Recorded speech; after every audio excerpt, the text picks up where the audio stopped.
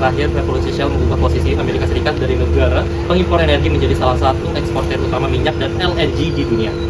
Perubahan ini bukan hanya berdampak pada ekonomi domestik, tetapi juga memperkuat perannya dalam sistem energi global. Saat terjadi gangguan pasokan, seperti dampak konflik Rusia-Ukraina, kebijakan produksi dan ekspor energi Amerika Serikat langsung mempengaruhi harga dan distribusi energi dunia.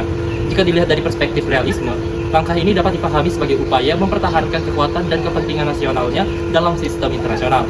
Namun, di sisi lain terdapat dilema, yang dimana Amerika Serikat memiliki komitmen untuk menurunkan emisi di dalam perjanjian Paris Agreement, tetapi tetap meningkatkan produksi bahan bakar fosil demi menjaga stabilitas ekonomi dan posisi strategisnya.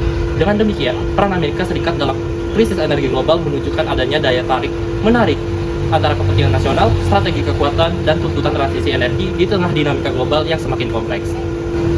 Uni Eropa menghadapi tantangan dalam sektor energi terutama setelah Russian invasion of Ukraine yang menyebabkan gangguan pasokan energi dan kenaikan harga di kawasan Eropa. Tergantungan Uni Eropa pada energi Rusia, khususnya gas alam, minyak, dan batu bara mendorong kawasan ini mempercepat transisi menuju energi hijau sekaligus memperkuat keamanan energi. Sebagai respon, Uni Eropa memperkuat komitmennya melalui kebijakan seperti European Green Deal.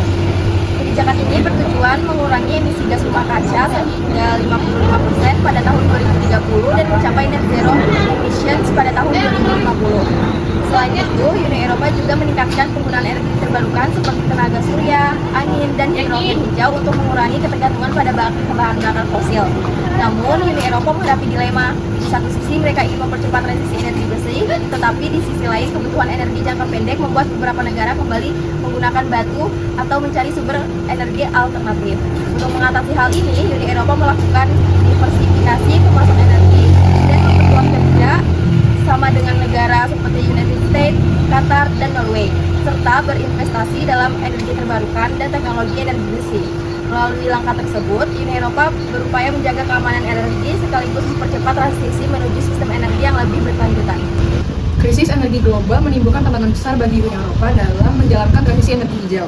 Melalui kebijakan European Green Deal, Uni Eropa menargetkan pengangguran emisi karbon dan peningkatan penggunaan energi terbarukan seperti tenaga angin dan surya untuk mencapai netralitas karbon. Namun, dalam kondisi krisis energi, Uni Eropa juga harus memastikan keamanan pasokan energi bagi negara-negara anggotanya. Ketergantungan pada impor energi membuat beberapa negara masih menggunakan energi fosil untuk menjaga stabilitas pasokan dan aktivitas ekonomi.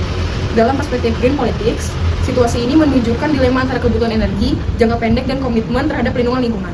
Oleh karena itu, Uni Eropa berupaya menyeimbangkan keduanya melalui diversifikasi sumber energi, pengembangan energi terbarukan, serta diplomasi energi internasional untuk mempercepat transisi menuju sistem energi yang lebih berkelanjutan. Indonesia merespon krisis energi global dengan menempatkan ketahanan energi nasional sebagai prioritas utama.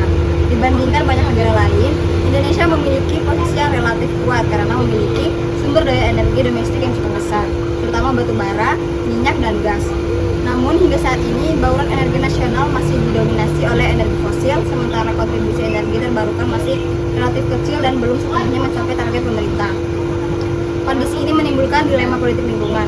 Di satu sisi, Indonesia perlu menjaga stabilitas pasokan energi dan harga domestik agar pertumbuhan ekonomi dan aktivitas industri tetap berjalan. Energi fosil masih dianggap mampu memenuhi kebutuhan tersebut dalam jangka pendek. Namun di sisi lain, Indonesia juga menghadapi tekanan global untuk menurunkan emisi karbon dan mempercepat transisi menuju energi yang lebih bersih. Karena itu, Indonesia menerapkan pendekatan dual track, yaitu tetap memanfaatkan energi fosil untuk menjaga stabilitas energi sekaligus mendorong pengembangan energi terbarukan secara bertahap. Selain itu, Indonesia juga menjalankan diplomasi energi melalui kerjasama internasional termasuk investasi teknologi energi bersih dan pemanfaatan mineral penting seperti nikel untuk industri kendaraan listrik. Melalui strategi ini, Indonesia berupaya menjaga ketahanan energi nasional sekaligus berperan dalam transisi energi global yang lebih berkelanjutan. Pemerintah Indonesia menilai bahwa krisis energi global tidak secara langsung mengancam ketahanan energi nasional. Hal ini karena Indonesia memiliki sumber daya energi domestik yang relatif besar, seperti cadangan batu bara sekitar 31 hingga 34 miliar ton, serta cadangan gas alam lebih dari 54 triliun kaki kubik. Dengan kapasitas produksi tersebut, Indonesia tidak berada pada tingkat ketergantungan impor energi seperti banyak negara di Eropa yang terdampak konflik Rusia-Ukraina. Namun di balik posisi yang relatif aman tersebut, Indonesia menghadapi Dilema politik lingkungan, sekitar 96% konsumsi energi nasional masih berasal dari bahan bakar fosil. Energi fosil memang penting untuk menopang pertumbuhan ekonomi, tetapi juga meningkatkan emisi karbon dan menantang komitmen Indonesia untuk mencapai net zero emission pada 2060. Untuk menjawab tantangan ini, Indonesia mendorong transisi energi melalui diplomasi internasional seperti Just Energy Transition Partnership atau JETP, yang menyediakan komitmen perdanaan sekitar $20 miliar untuk mendukung pengembangan energi bersih dan pengurangan pembangkit batubara secara bertahap. Krisis energi global semakin parah akibat invasi Rusia ke Ukraina yang mengganggu pasokan gas dan minyak ke Eropa, memicu inflasi harga energi, serta memperburuk ketergantungan pada bahan bakar fosil yang menimbulkan konflik geopolitik dan ancaman iklim. Organisasi seperti Greenpeace, IEA atau International Energy Agency, dan IRENA atau International Renewable Energy Agency berperan aktif menangani ini. Greenpeace melakukan intervensi dengan memantau pemerintah dan perusahaan, mendesak hentikan ekspansi fosil, promosi energi bersih terdesentralisasi, serta penghematan seperti kurangi transportasi pribadi demi jaga pemanasan global di bawah 1,5 derajat Celcius sesuai perjanjian Paris. IEA merespons cepat lewat rencana 10 poin untuk kurangi ketergantungan Rusia, termasuk efisiensi listrik, diversifikasi pasokan, dan percepatan teknologi hijau, sambil memonitor pasar energi Eropa.